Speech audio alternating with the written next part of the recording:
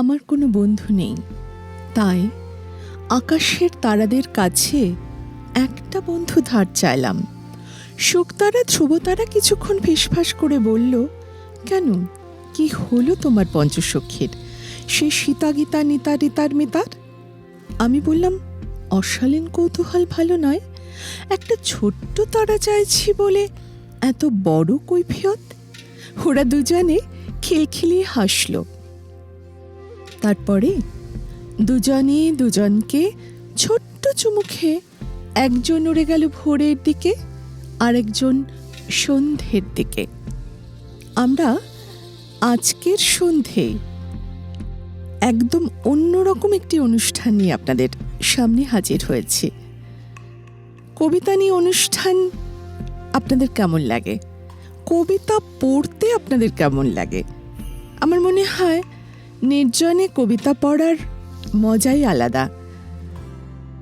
ঝুপঝুপ করে যখন বৃষ্টি পড়ে বা একেবারে নির্জনে, ধরুন শান্তিনিকেতনে বেড়াতে গেছেন, রাত্রিবেলা তো কিছু করার নেই, তখন মাথার পাশে, বিছানার পাশে যদি দুটি বই থাকে, কবিতার বই, তাহলে কেমন লাগবে? ভীষণ ভালো লাগবে নিশ্চয়ই। আমরা আজকের এই এপিসোডটিতে, আজকের অনুষ্ঠানে কথকতা যার নাম, সেখানে মনের ঘরে শব্দেরা কিন্তু আড্ডা দেবে, তেমন একটি অনুষ্ঠান নিয়ে চলে এসেছে। আপনাদের সঙ্গে থাকতে হবে এবং আপনাদের সঙ্গে সরাসরি হয়তো আড্ডা দিতে পারবো না, কিন্তু জানি আপনারা মনে মনে আমাদের সঙ্গে আড্ডায় থাকবেন। আজকে আমরা আমাদের সঙ্গে এই কথকতার আড্ডায়, মনের ঘরে শব্দের আড্ডায় পেয়েছি বিশিষ্ট কবি, সংগঠক এবং আরও অনেক কিছু।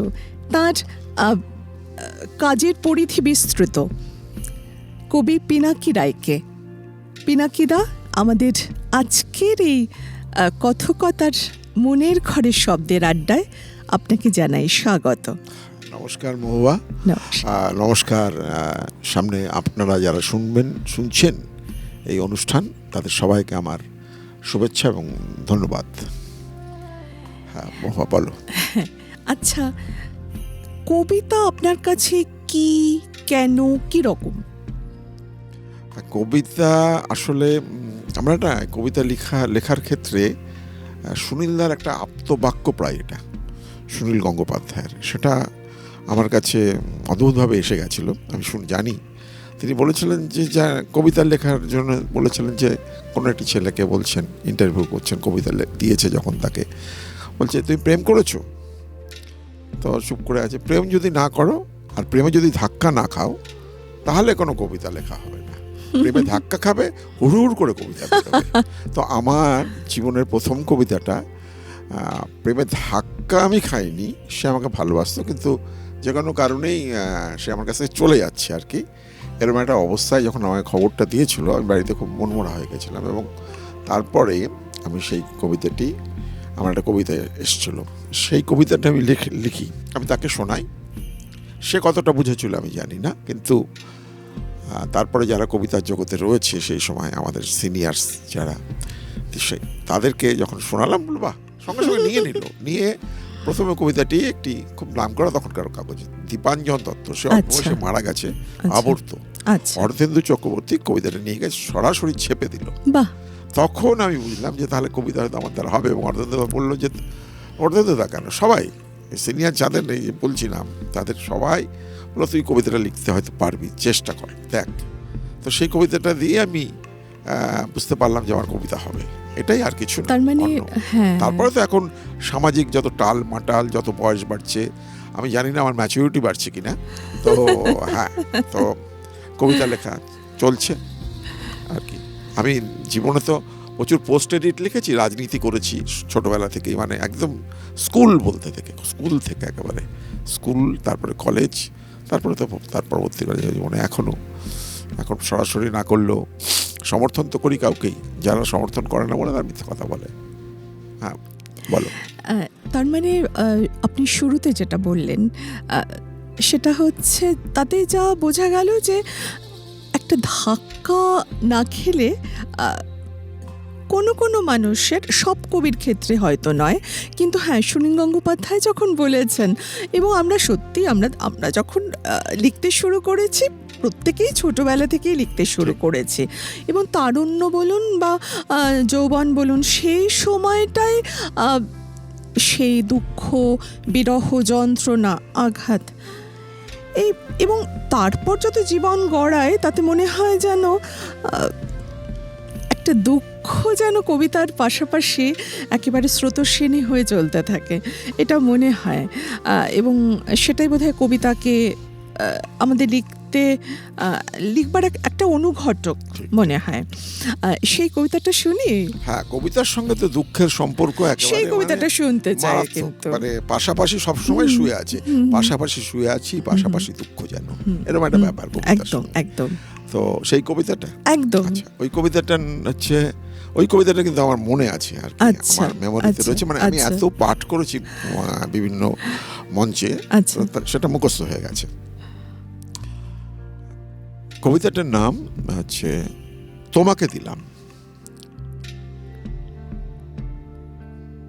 চলে যাবে একদিন বিষণ্ণ এই বাতাসে, সবকিছু ভুল হয়ে যায়। গতকালও ছিল উৎসব, সারা রাত পুরো ছিল আতশ। মেঘনাকে লাল শাড়ি পরিয়ে রূপোর চাদরে মোরা সফেদ ঢেউ ছিল সঙ্গী। ছিল হাতে হাত, কথা যত দাও ভুলে যাবে একদিন। আমি জানি প্রার্থনার এই শূন্য বেদী শুধু বলে যাবে তুমি ছিলে শূন্যতার বৃত্তাভাসে।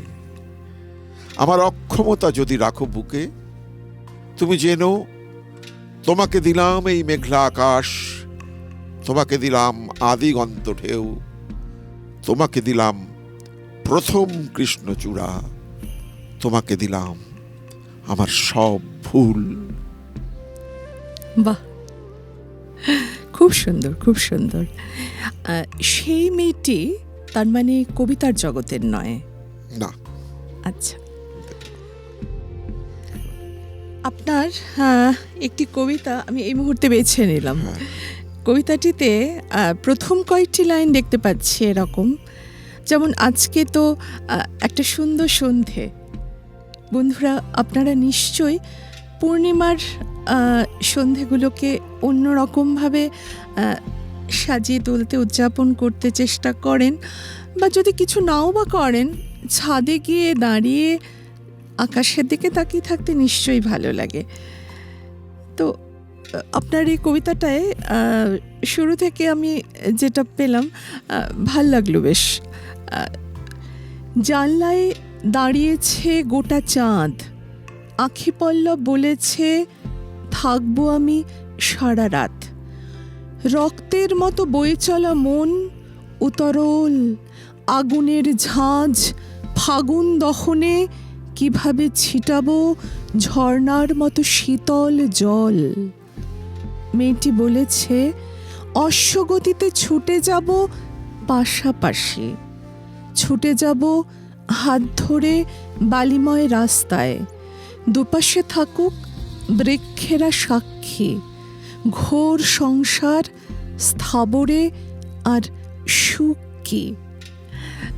আরো আছে কবিতাটা। এই কবিতাটা কবে লেখা হয়েছিল দেখো তো?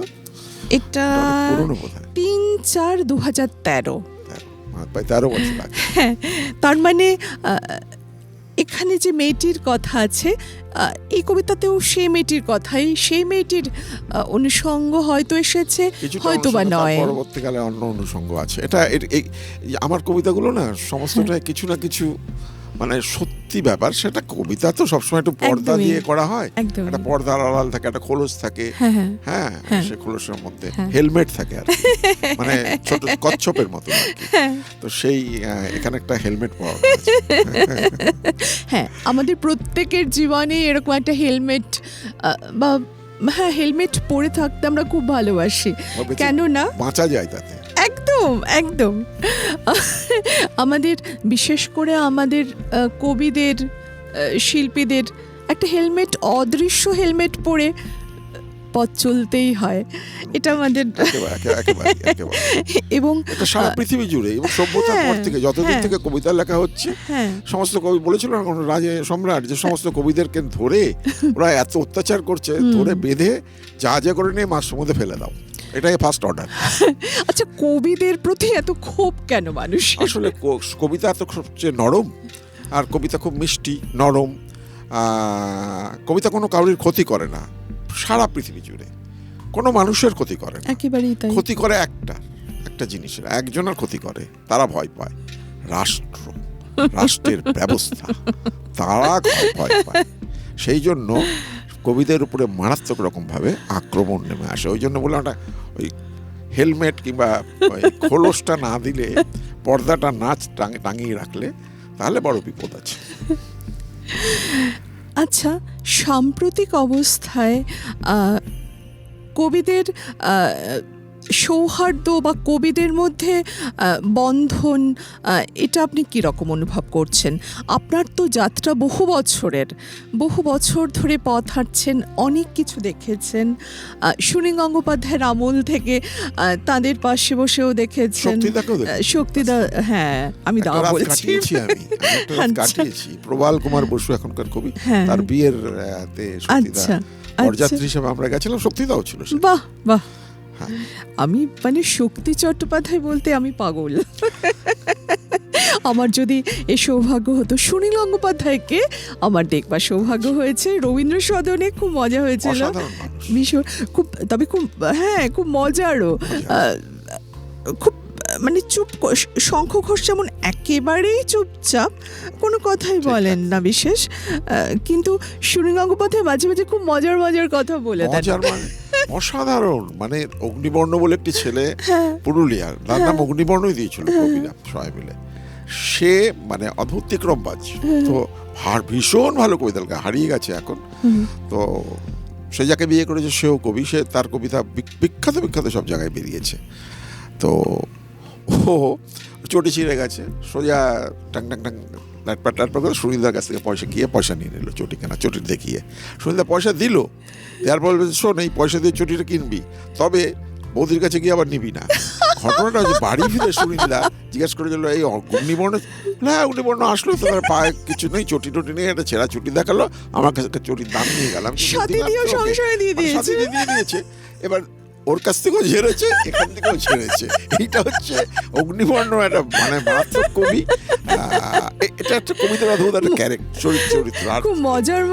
এই যে তুমি যে বলছো লড়াইয়ের কথা বলছো না, এই পারস্পরিক দ্বন্দ্বের কথা, একটা দ্বন্দ্ব আমি এত বছর ধরে লক্ষ্য করেছি, এমনভাবে লক্ষ্য করেছি, ধরো পুরস্কার পাচ্ছে কোনো একজন কবি, তার ইন্টিমেট বন্ধু সে হাততালি দিচ্ছে, দারুণ জড়িয়ে ধরলো, তারপরে একটু পিছিয়ে গিয়ে বললো ও এক লাইনও কবিতা লিখতে পারে না। তো এটা যেমন দেখেছি, তেমনি আবার কবিদের উপর যখন আক্রমণ নেমে এসছে, আমি দেখেছি চারিদিক থেকে ওই মানে কি বলবো, আমাদের সারমেয়রা যখন চিৎকার করে ওঠে, এটা অন্যভাবে নেবেন না, এই আপনারা যারা শুনছেন, এই যে আমি উদাহরণটা দিচ্ছি, সমস্ত কবিরা কিন্তু মুহূর্তের মধ্যে ইউনাইট হয়ে গেল। এটা একটা কবিদের অদ্ভুত একটা বৈপরীত্য বলো, লক্ষণ বলো, একটা লক্ষণ। কেউ পারস্পরিক লড়াই করছে, কিন্তু যদি আক্রমণ নেমে আসে তখন কিন্তু তারা মানে একসঙ্গে ইউনাইট হতে তাদের কোনো বাধা নেই। যত রাজনৈতিক দলই থাকুক না কেন, তারা ইউনাইট হয়ে যাবে একসাথে। তারপর এটা আমি রাজনৈতিক লোকদের যারা শাসন ক্ষমতায় থাকে সর্বত্র, তাদের কাছে কিন্তু এটা ওয়ার্নিং। এই জন্যই কবিদেরকে বস্তায় বেঁধে ফেলার কথা বলছি। তারপর এটা খুব মজার জিনিস যে যারা এরকম মানে ঈর্ষা অসূয়া এগুলো কাজ করছে, কিন্তু যখন এরকম ক্রিটিক্যাল একটা সময় আসছে, তখন সবাই ইউনাইটেড হয়ে যাচ্ছে। এটা একটা সংঘবদ্ধ হয়ে যাওয়ার এই মানে কবিরা বেসিক্যালি সবাইকে খুব ভালোবাসেন, কিন্তু ওই প্রত্যেকেরই খ্যাতনামা বা খ্যাতিমান হওয়ার ইচ্ছে কেউই ছাড়তে পারেন না। না, একদমই পারে না। এরা যারা বলে তারা মিথ্যে, অসত্য কথা বলে। হ্যাঁ, দু একজন কবি আছেন যারা পারেন, পেরেছেন। বিনয় মজুমদার, Microscopic। হ্যাঁ, মনীন্দ্র গুপ্ত, সুধীন্দ্রনাথ হ্যাঁ, দত্ত, পেরেছেন। এরম আরো অনেক, আছে, ভাস্কর আছে, চক্রবর্তী, কিন্তু- বহু কবি আছেন যারা ভাস্কর হ্যাঁ মানে ভাস্কর চক্রবর্তীর লেখা তো অসাধারণ। সেই মানে এটা তো আছে, ওই মানে চেপে দেওয়ার একটা ব্যাপার স্যাপার থাকে আর কি সবকিছুতে। এটা সব, ক্ষমতার একটা ব্যাপার থাকে। হ্যাঁ, এটা সব ক্ষেত্রেই থাকে, শুধু কবিতার জগতেই যে আছে তা নয়। না, না, এটা সব। হ্যাঁ, তো আচ্ছা, আরেকটা কবিতা শুনি আমাদের। যেটা বলছিলাম, যে সুনীলদার যেটা মজার ঘটনা, ছোট্ট করে বলছি। রবীন্দ্র সদনে সুনীল গঙ্গোপাধ্যায় কবিতা বলবেন। আমি ছিলাম সেদিন সঞ্চালক, খোলা মনের অনুষ্ঠান ছিল। তো আমি সঞ্চালনা করবার আগে সুনীল গঙ্গোপাধ্যায়ের কবিতার একটি ছোট্ট অংশ বলে তাকে নিয়ে এলাম মঞ্চে। এসেই বললেন আমার দিকে তাকিয়ে, আমি সেই প্রথম সুনীল গঙ্গোপাধ্যায়কে সামনে দেখছি, এবং মানে রোমাঞ্চিত, উত্তেজিত। আর যারা পিনাকিদাদের মতন মানুষরা তো বহু মানে একদম ঘরে বসে গল্প করেছেন সুনীল গঙ্গোপাধ্যায়ের সঙ্গে, আমি সেই প্রথম দেখছি। আমি খুব অবাক হয়ে দেখছি কবিকে, কবির লেখাগুলো এতদিন পড়েছি, কবিতা পড়ে মুগ্ধ হয়েছি। উপন্যাস ছাদের ঘর থেকে টেনে এনে প্রচুর মায়ের সেই পূজাবার্ষিকী, তখন সুনীল গঙ্গোপাধ্যায়ের উপন্যাসগুলো সাংঘাতিক ছিল। যাই হোক, আমাদের বিষয় যখন কবিতা উপন্যাসে যাচ্ছি না, তো সুনীলদা এসে আমাদেরকে তাকিয়ে বলছেন, তুমি তো বেশ মুখস্থ করতে পারো। আমাকে তো কেউ কোনোদিন এমন কথা বলেনি। আমি ভীষণ অবাক হয়েছিলাম, এত অবাক হয়েছিলাম, কিছুক্ষণ হাঁ করে তাকিয়েছে। কারণ আমি তো তখন মানে বাচিক শিল্পী বা আবৃত্তিকার হিসেবেই তখন আমার পরিচয়। তো এরকম একটা কথা আমার খুব আশ্চর্য লেগেছিল। যাই হোক, হ্যাঁ, আপনার একটা কবিতা শুনবো এবার। আমি এই কবিতাটা পড়ি। এটা অনেকেই মানে অনেক বাচিক শিল্পী, এখন তো আচ্ছা। প্রচুর বাচিক শিল্পী। হ্যাঁ। একটা জিনিস মহুয়া তুমি স্বীকার করবে, একটা সময় লড়াই হয়েছিল এত কবি কেন। ঠিক আছে, জীবনানন্দ তো বলেই গেছেন, ঠিক আছে, কেউ কেউ, সকলেই কেউ, কিন্তু কবি নয়, আমাদের কেউ কেউ বাঙালিদের কবি। মধ্যে এটা আছে। হ্যাঁ, তো আমরা বাঙালিরা তো একদম বয়স সন্ধি আগে থেকে একটা আমরা কবির কবিতা লড়াই হয়েছিল, লিখতে- তুমি জানো, দেশ পত্রিকায় বেরিয়েছিল। একদিকে হ্যাঁ, হ্যাঁ। সুনীল গঙ্গোপাধ্যায়, একদিকে শক্তি চট্টোপাধ্যায়। শক্তিদা তাকে বলছে যে তুমি এত কবিকে ইন্ডালজ করছো, সব চেপে দিচ্ছ, এগুলো কবিতাই না। আর তার ঢোলক হয়েছে, উস্কানি দিচ্ছে সবসময় শীর্ষেন্দুদা। সেটা নিয়ে বাংলা কবিতার জগতে, সাহিত্য জগতে তুলকালাম কাণ্ড হয়েছে। হ্যাঁ, আমরা সব সই করেছিলাম ওটার বিরুদ্ধে, তখন অল্প বয়স। তো যাই হোক, ওসব প্রসঙ্গ অন্য। তো এই কবিতাটি হচ্ছে আমি লিখেছি 2008 সালে, আচ্ছা, মে মাসে। আচ্ছা, মে মাসে 2008 সালে। আসলে সেই সময়, তারপর অনেক আগেই এই গানটি আশা ভোসলে, আশাজি গিয়েছেন। আচ্ছা, ঠিক আছে। এবং মজার কথা, এই যে গানটার অনুষঙ্গ নিয়ে এই কবিতাটা আমার মধ্যে এসেছিল, সেই গানটি গাইতে গিয়ে আমি আশা ভোসলেকে মঞ্চে কাঁদতে দেখেছি। আহা, তিনি কেঁদে ফেলেছেন। রাহুল দেব বর্মন মারা গেছেন, নেতাজি ইন্ডোরে এসেছিলেন। তো আশাজিকে খুব কাছ থেকে দেখেছি এই গানটি গাইতে গিয়ে কেঁদে ফেলতে। তারপরে তিনি মঞ্চে চলে গেলেন, আমার অন্য ড্রেস পরে এলেন। তো আমি বলি, গুলজার সাহেবের লেখা এই গানটি ছিল। মেরা কুছ সামান তুমারা পাস পড়া হ্যায়, কিছু তো এসেছি ফেলে, এই শিরোনাম। কিছু তো এসেছি ফেলে, জানি না সেটা কি। যদিও একটা সই বলেছে বাকি নেই, যদিও ডাক পিয়ন দিয়েছে হলুদ খাম, ভেঙেছে ঘর দুয়ার, স্বপ্ন খান খান। আসলে ছিঁড়ে যায় দীর্ঘ কোনো প্রেম, যেমন ফিকে হয় পুরনো কোনো রং। তখন চোখে পড়ে ছবিতে বিষ বীজ, আসলে বিজিত সব যুদ্ধ করে নাশ। কিছু তো এসেছি ফেলে, জানি না সেটা কি। মনের গভীর তল অতলে কতটা লীন, দুজনে বুঝি কি কিছুই বুঝিনি। কিছু তো এসেছি ফেলে, জানি না সেটা কি। আহা, এটার অনুষঙ্গে সেই বিখ্যাত সিনেমাটি মনে হ্যাঁ, পড়ছে। আজাদ এবং মেরাকুজ একই সমান। একই ছাতার মধ্যে যে হ্যাঁ, পারবটা মনে পড়ছে। হ্যাঁ হ্যাঁ হ্যাঁ হ্যাঁ। এই হচ্ছে। আমাদের প্রত্যেকেরই এমন অনেক স্মৃতি থাকে, আমরা সারা জীবন ধরেই এভাবে ফেলে ফেলে আসি অনেক কিছু।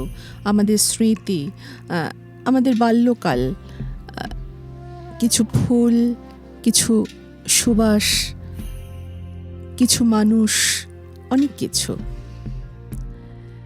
আমরা রয়েছি কথকতার মনের ঘরে শব্দের আড্ডায়। আপনাদের কেমন লাগছে আমাদের কিন্তু চিঠি লিখে জানাবেন, তবেই আমরা জানতে পারবো আপনাদের কেমন লাগছে মনের ঘরে শব্দের আড্ডা। আচ্ছা পিনাকিদা, একটা মজার কথা বলি, সেটা হচ্ছে আপনাকে যদি টাইম মেশিনে চাপিয়ে অনেকটা পেছনে নিয়ে যাওয়া হয় এবং আপনাকে বলা হয় যে আপনি এমন একটা জীবন বেছে নিন, খ্যাতিমান কোনো কবির জীবন কিংবা একদম প্রফেশনাল কোনো মানুষের, কোনো খুব পেশাদার কোনো মানুষের জীবন, যার প্রচুর অর্থ, কিন্তু কবির জীবনে অর্থের আশা তো দুরাশা, তো আপনি কোন জীবনটি বেছে নিতেন? আমি নিজের জীবন যেটা বেছে নিয়েছি সেটাই আমি বলি। আসলে আমার না এই যে অর্থের প্রয়োজন আছে, খেতে হবে তো। আমাদের যেমন প্রাত্যহিক যে কাজগুলো, তার মধ্যে খাওয়া দাওয়া করতে হবে, বিয়ে থা করলে, ছেলে মেয়ে থাকলে তাকে মানুষ করার একটা দায়িত্ব থেকে যায় একদম। তো এরকম একটা ব্যাপার, এটার জন্য যতটুকু দরকার তার বাইরে আমার মনে হয় না। কারণ আমি নিজে যখন চাকরি করেছি, আমি ভালো চাকরি করেছি, খুব বিখ্যাত, পশ্চিমবঙ্গের এখন সবচেয়ে বড় বিখ্যাত কোম্পানিতে আমি চাকরি করেছি, সরকারি, কেন্দ্রীয় সরকারের, গার্ডেন রিচ বিল্ডার্স ইঞ্জিনিয়ার, যেটা যুদ্ধ জাহাজ তৈরি করে। এই যে যুদ্ধ হলো, সেখানে আমাদের এই জাহাজ তৈরি করে, তার সঙ্গে আমার তখন খুব আবেগ আসছিল যে আমরা এটা ফাইট করছি, আমি তো জাহাজটার সাথে যুক্ত ছিলাম, যেভাবেই হোক কোনো না কোনোভাবে। তো আমি এমনও দিন গেছে আমার 8 টাকা মাইনে পেয়েছি সেই সময়, ঠিক আছে, অফিস যেতে ইচ্ছা করতো না, কারণ এতটা সিস্টেমেটিক ব্যাপারটা, সকাল 8টায় যাও, বিকাল 5টায় বেরো, এটা আমার ভালো লাগতো না। তাই আমি কবির জীবনই বেছে নেব। তাতে একটু কষ্ট হবে ঠিকই, আর কষ্ট পেলেই হয়তো আমার যে যতটুকু সৃষ্টিশীলতা আমার মধ্যে এসেছে, ভগবান যদি থাকেন, তিনি যদি যতটুকু সৃষ্টিশীলতা দিয়েছেন, হ্যাঁ, কিংবা আমি অর্জন করতে পেরেছি, যেটাই ঠিক হোক না কেন, আমি আরও সৃষ্টি করতে পারবো। এই ধাক্কা খাওয়াটা এবং এই দুঃখের জীবনটা কাটানো খুব জরুরি আছে। কারণ রেড কার্পেটে থেকে আর স্কাই স্ক্যাপারে থেকে, ঠিক আছে, আর সবসময় ওই ল্যাম্বরগিনি চেপে আর যাই হোক, কবিতা হয় না, শিল্প হয় না, এটা আমি বিশ্বাস করি। এবং পৃথিবী বিখ্যাত চলচ্চিত্র পরিচালক প্রায় চার্লি চ্যাপলিন থেকে শুরু করে যতটুকু আমরা জেনেছি, যা লাস্ট কিম কি দুঃখ পর্যন্ত, তারা প্রত্যেকেই কিন্তু এই কষ্ট দুঃখগুলো পেয়ে এসছে। একদম, এটা বোধহয় অনিবার্য নিয়তি। শিল্পীর জীবনে বলুন, কবির জীবনে বলুন, এ নিয়তি। যখন খুব কষ্ট পায় না, তখন মাঝে মধ্যে মনে হয় যে আসলে ভগবান যদি থাকে, আবারও বলছি, তার সেদিনকে আমাকে এই কবিতা লেখার যে কিংবা শিল্পের প্রতি আমার যে ভালোবাসা, তার জন্য যে এত সাংগঠনিক তুমি বলছিলে সেটা করি, এটাকে আমার আশীর্বাদ না, আমাকে ভগবান অভিশাপ দিয়েছে যে যখন কষ্টের মধ্যে খুব থাকি বুঝতে পারি, এটাই আর কি। তো কষ্টে থাকাটা ভালো, থাকা উচিত। আচ্ছা, আপনি তো সার্ক রাইটার্স কনফারেন্স, তারপর নর্থ ইস্ট পোয়েটস মিট, এসবে অংশ নিয়েছেন, বহু অনুষ্ঠানে আপনি গেছেন দেশ বিদেশের। আপনার অনুভূতি, অভিজ্ঞতা ছোট্ট করে কবিতার তো বেশি খুব একটা বেশি, আমরা এসে গেছি অনুষ্ঠানের প্রায় শেষ পর্যায়ে। আমার খুব ভালো অভিজ্ঞতা হয়েছে তাদের সঙ্গে কাজ করে। আমি কর্মশালাগুলোতেও, মানে ট্রান্সলেশন কর্মশালাতেও তাদের সঙ্গে থেকেছি, এবং তারা একটা মানে ওই বলছিল না, মানে চাকরি জীবনও তারা বিগ শট, তাদের সঙ্গে থেকেও আমার অসাধারণ ভালো অভিজ্ঞতা। কবিদের সঙ্গে থাকার একটা, সময় কাটানোর একটা, শিল্পীদের সঙ্গে, যে কোনো শিল্পী, নান্দনিক ক্ষেত্রে যে কোনো শিল্পীর ক্ষেত্রে থাকার একটা বড় অন্য জিনিস। তাদের একটা আলাদা ফ্লেভার, তাদের কাছ থেকে তাদের চোখ মুখ থেকে একটা আলাদা লাইট বেরিয়ে আসে। একদম। আমরা ছিলাম কথকতা নিয়ে মনের ঘরে শব্দের আড্ডায়। আপনাদের কেমন লাগছে আমাদের কিন্তু চিঠি লিখে জানাতে হবে। আমরা অপেক্ষা করব আপনাদের চিঠির জন্যে। আবার আসবো, আবার দেখা হবে এমন এক সন্ধেয়। ততদিন খুব ভালো থাকবেন। আজ আসি। পিনাকিদা, আপনাকে এখানে আসার জন্যে অনেক অনেক ধন্যবাদ। খুব ভালো লাগলো। ঠিক আছে, নমস্কার। আবার দেখা হবে তোমাকে। কখনো। সবাইকে নমস্কার জানাচ্ছি। আপনারা যারা আজকের এই অনুষ্ঠান শুনলেন, আমার কবিতা শুনলেন, মহুয়ার অসাধারণ সঞ্চালনা শুনলেন। ঠিক আছে, নমস্কার।